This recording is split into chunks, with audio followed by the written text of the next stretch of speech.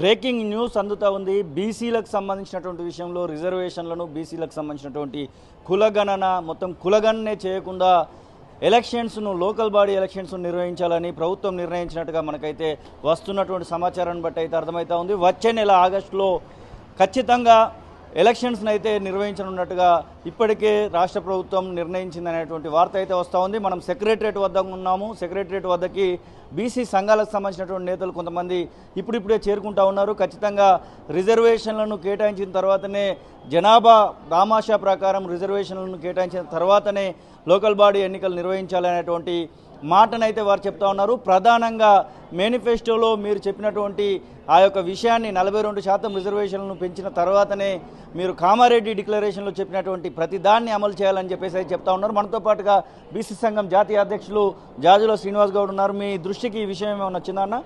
ఖచ్చితంగా local body elections వచ్చే నెలలో గతంలో ఉన్నటువంటి రిజర్వేషన్స్ ప్రకారమే నిర్వహిస్తారనేటువంటి ఒక వార్త అయితే వస్తూ ఉంది. మీ దృష్టికి ఏమైనా వచ్చిందా? అంటే ఇప్పటివరకు అయితే రాలేదు. మేము అట్లా చేస్తారు, బీసీలను ఇట్లా నమ్మించి గొంతుకొస్తారని మేము అనుకోవడం లేదు. రాహుల్ గాంధీ గారు చెప్పినటువంటి విషయం నిన్న మొన్న ముఖ్యమంత్రి రేవంత్ రెడ్డి గారు రైతు రుణమాఫీ విషయంలో మా రాహుల్ గాంధీ గారు చెప్పిండు కాబట్టి మేము ఈ రుణమాఫీ చేసినాం. రాహుల్ గాంధీ తోటి వరంగల్లో సభ పెడతాం. రాహుల్ గాంధీకి చెప్పిందే మాకు శిలాశాసనం అంటున్నాడు. మరి కులగణన కూడా రాహుల్ గాంధీ చెప్పాడు. ఎవరు చెప్పలే, నేను చెప్పలే, ఇంకోరు చెప్పలే. రాహుల్ గాంధీ ఈ దేశంలో కులగణన చేస్తే ఒక ఎక్స్రే లాంటిది, ఒక ఎంఆర్ఐ స్కాన్ లాంటిది. కులగణన చేసి మేము అధికారంలోకి వచ్చినటువంటి 6 నెలల్లోనే కులగణన చేసి బీసీ రిజర్వేషన్లను 42% పెంచిన తర్వాతనే స్థానిక సంస్థల ఎన్నికలు పెడతామని చెప్పి రాహుల్ గాంధీ గారు చెప్పారు. కాంగ్రెస్ పార్టీ మేనిఫెస్టో చెప్పింది.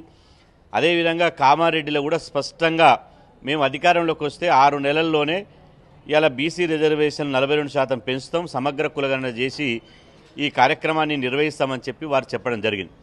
మళ్ళీ ఇప్పుడు ప్లేట్ ఫిరాయించి మేము కులగణన చేయకుండానే మేము యథాతథంగా రిజర్వేషన్లు ఉన్నటువంటి పాత రిజర్వేషన్లతోటే గ్రామ పంచాయతీ ఎన్నికలు నిర్వహిస్తామంటే గ్రామ పంచాయతీ ఎన్నికలకు అంత తొందర ఏమొచ్చిందో మేము అడుగుతున్నాం. గ్రామ పంచాయతీ ఎన్నికలు ఇంత తొందరగా నిర్వహించాల్సినటువంటి అవసరం ఏమొచ్చిందని అడుగుతున్నాం. గతంలో కూడా సంవత్సరాల తరబడి ఇలా గ్రామ పంచాయతీలో ప్రత్యేక అధికారుల పాలన పొడిగించుకుంటూ పోయారు. ఇప్పుడు కులగణన చేస్తే మీకు వచ్చే నష్టమేంది? 13 కోట్లు ఉన్నటువంటి బీహార్ రాష్ట్రంలోనే సమగ్ర కులగణన ఒక నెల రోజునే కులగణన కంప్లీట్ చేశారు. మరి ఇక్కడ కులగణన చేస్తే నష్టమేముంది? ఒక నెల రోజులు పంచాయతీ ఎన్నికలు మీరు నిర్వహించకపోతే నష్టమేముంది? కాబట్టి ఇప్పుడు ప్రభుత్వం, కాంగ్రెస్ ప్రభుత్వం కులగణన చేస్తే మాత్రం రాజకీయంగా భారీ మూల్యం చెల్లించుకోవాల్సి వస్తుందని చెప్పి ఈ సందర్భంగా హెచ్చరిస్తున్నాం. ఇది మంచి పద్ధతి కాదు. మేము రాహుల్ గాంధీ గారు, రేవంత్ రెడ్డి గారి మీద మాకు ఇప్పటికీ నమ్మకం ఉంది. మీరు కులగణన చేసిన తర్వాతనే ఎన్నికలు నిర్వహించాలని నేను ఒక్కరిని కాదు, రాష్ట్రంలో ఉన్నటువంటి ప్రతి బీసీ బిడ్డ ఇదే అభిప్రాయంతో ఉన్నారు. కులగణన చేయకుండా మీకు ఇంతెందుకు, విత్ ఇన్ కాంగ్రెస్ పార్టీలో మీరు ఒపీనియన్ తీసుకోండి. మీరు కాంగ్రెస్ పార్టీలో గాంధీ భవన్లో మీటింగ్ పెట్టి మీరు ఒపీనియన్ తీసుకోండి. కులగణన చేసి ఎన్నికలు కావాలన్నా లేకపోతే ఇప్పుడున్న అసెంబ్లీలో కులగణనకు సంబంధించినటువంటి విషయంలో పొన్నం ప్రభాకర్ అక్కడ మాట్లాడినటువంటి మాటలు కూడా మనం చూసాము. ఇప్పుడు పొన్నం ప్రభాకర్ను మీరేమైనా కలవడానికి వెళ్తా ఉన్నారా? ఖచ్చితంగా కలుస్తాం. పొన్నం ప్రభాకర్ గారు కలుస్తాం. మేము ముఖ్యమంత్రి గారి అపాయింట్మెంట్ కూడా అడిగినాం. ఎందుకంటే ఇట్లా బీసీలను మోసం చేస్తే మాత్రం బీసీ సమాజం ఎట్టి పరిస్థితుల్లో ఎవరిని వదిలిపెట్టదు. మీరు బీసీల జీవితాలతో ఆడుకోవద్దు. ఇవాళ గతంలో ఉన్నటువంటి కేసీఆర్ గారు ఈ స్థానిక సంస్థల్లో బీసీ రిజర్వేషన్లు పెంచకుండా 34% ఉన్న రిజర్వేషన్లను 18% తగ్గించడం మూలంగానే బీసీలంతా కన్నెర్ర చేస్తే కేసీఆర్ గారు, పీఆర్ఎస్ ప్రభుత్వం మాడి మసి అయిపోయింది. మరి మీరు అదే యథావిధిగా కేసీఆర్ పాలసీని మేము తీసుకుపోతామంటే మీ పరిస్థితి ఏందో ఒకసారి ఆలోచన చేయండి. ఇలా అధికారం చేతులని విర్రవీగితే అధికారం ఎవరికి శాశ్వతం కాదు. ఇక్కడ మీరు ఇక్కడ ఎన్నికలకు కులగణనకు సంబంధించి సంబంధించింది కాదు, ఇది దేశవ్యాప్తంగా రాహుల్ గాంధీ క్రెడిబిలిటీకి సంబంధించింది. రేపు జాతీయ స్థాయిలో రాహుల్ గాంధీ గారు ఏ విధంగా సమాధానం చెప్తాడు? రాహుల్ గాంధీ గారే మేము కులగణన చేసి 6 నెలల్లో పెంచుతామన్నాడు. రేపు భవిష్యత్తులో ఇప్పుడు రాహుల్ గాంధీ గారు ప్రతిపక్షంలో ఉన్నారు. మళ్ళీ రేపు దేశంలో వాళ్ళు కాంగ్రెస్ పార్టీ జాతీయ స్థాయిలో అధికారం రావాలి. అప్పుడు ఏ ముఖం పెట్టుకొని బీసీలో ఓట్లు అడుగుతారు?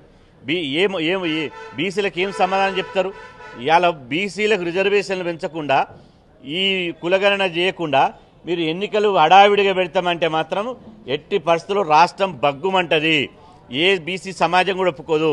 అవసరమైతే అందరిని కలుపుకుంటాం, మొత్తం కలుపుకొని ఎక్కడెక్కడ కాంగ్రెస్ పార్టీలో ఉన్న బీసీలను కూడా ఇలా మాతో కలిసి వస్తారు. కాబట్టి దయచేసి చెప్తున్నాం, మీరు ఇట్లా చేస్తారని మేము ఊహించలేదు, మీరు నమ్మించి గొంతుకు వస్తారని మేము అనుకోవడం లేదు.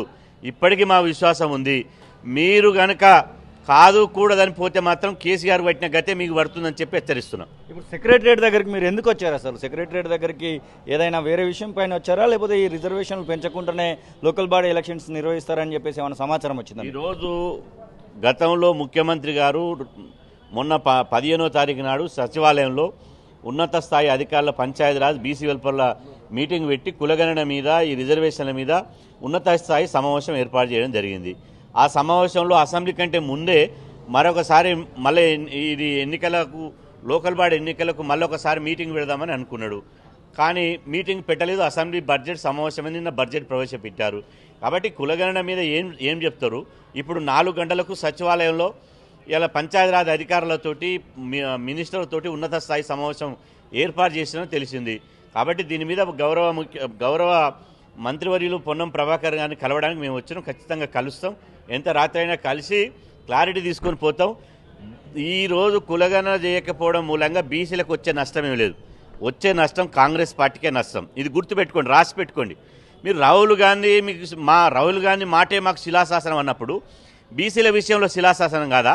ఖచ్చితంగా మేము రాహుల్ గాంధీ గారిని కలుస్తాం. ఏ ముఖం పెట్టుకొని రేపు దేశ స్థాయిలో మీరు ఓట్లు అడుగుతారు, మళ్ళీ కేంద్రంలో ఎట్లొస్తారు, ఇక్కడ ఎట్లొస్తారు?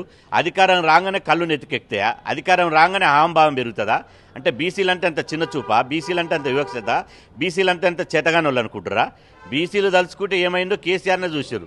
మీరే పెద్ద లెక్క కాదు. కాబట్టి ఖచ్చితంగా మాకు ఇప్పటికీ విశ్వాసం ఉంది, మాకు ఇప్పటికీ నమ్మకం ఉంది. కులగణన చేస్తారనే విశ్వాసం ఉంది.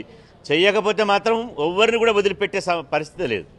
నిన్న బడ్జెట్ ప్రవేశపెట్టడం జరిగింది. బడ్జెట్లో బీసీలకు సంబంధించినటువంటి విషయంలో మీకు ఏమైనా మేలు చేకూర్చే విధంగా బడ్జెట్ కనబడతా ఉందా? అంటే బడ్జెట్లో గతం కంటే బడ్జెట్ పెంచారు.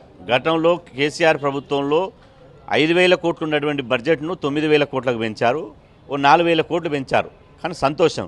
కానీ 4,000 కోట్లు ఏమాత్రం సరిపోదు. బడ్జెట్ పెరిగిన దాని ప్రకారం ఇంకా పెంచాల్సిందే.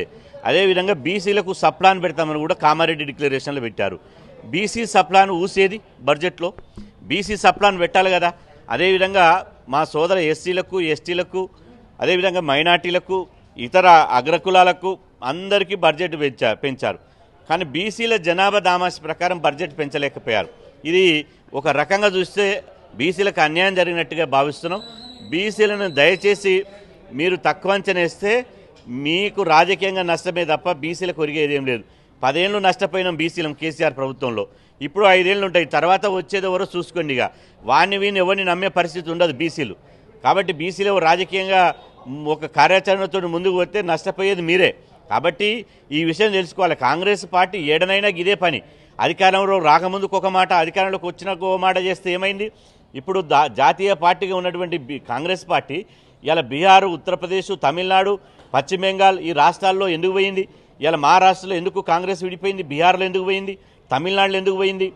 అదేవిధంగా పశ్చిమ బెంగాల్ ఎందుకు పోయింది? మీ నుంచి ఈ శరద్ పవార్, మమతా బెనర్జీ వీళ్ళందరూ ఎందుకు విడిపోయారు? మీరు అధికారంలోకి వచ్చిన తర్వాత ఇదే వైఖరితో అవలంబించడంతో సొంత పార్టీలనే తిరుగుబాటు చేసి ఇదైంది. మేము ఇప్పటికీ రాహుల్ గాంధీ గారి మీద ఉన్నటువంటి ప్రేమతోటి, రాహుల్ గాంధీ గారి మీద ఉన్న విశ్వాసంతో ఒక యువ నాయకుడు సోనియా గాంధీ గారు తెలంగాణ ఇచ్చారు. రాజీవ్ గాంధీ కుటుంబము, ఈ గాంధీ కుటుంబం అబద్ధాలు ఆడదు, ఇచ్చిన మాట నిలబెట్టుకుంటుందనే విశ్వాసంతో మొన్న ఎన్నికల్లో కూడా మీకు సపోర్ట్ చేశాం. మీరు కాదు కూడదు మేము ఇక్కడ రాష్ట్రంలో టీఆర్ఎస్, దేశంలో బీజేపీ చేస్తామంటే మాత్రం ఖచ్చితంగా నష్టపోయేది మీరే. బీసీలు ఎవరు నష్టపోరు. కావాల్సింటే మా 5,000 మంది బీసీ సర్పంచ్లు కావాల్సిన చోట 2,000 మంది 3,000 మంది అవుతాం. మాకు పెద్దగా నష్టపోయేదేమి ఉండదు. కానీ బీసీలను మోసం చేసినటువంటి అపవాదం మాత్రం మీకు మళ్ళీ ఎన్నికలైనంత వరకు మీకు ఉంటుంది. మీ సంగతి ఏందో తేలవడానికి కూడా బీసీలు సిద్ధమవుతారు. అసలైన తొలి వెలుగు. ఫాలో వాట్సాప్ @తొలి వెలుగు అఫీషియల్.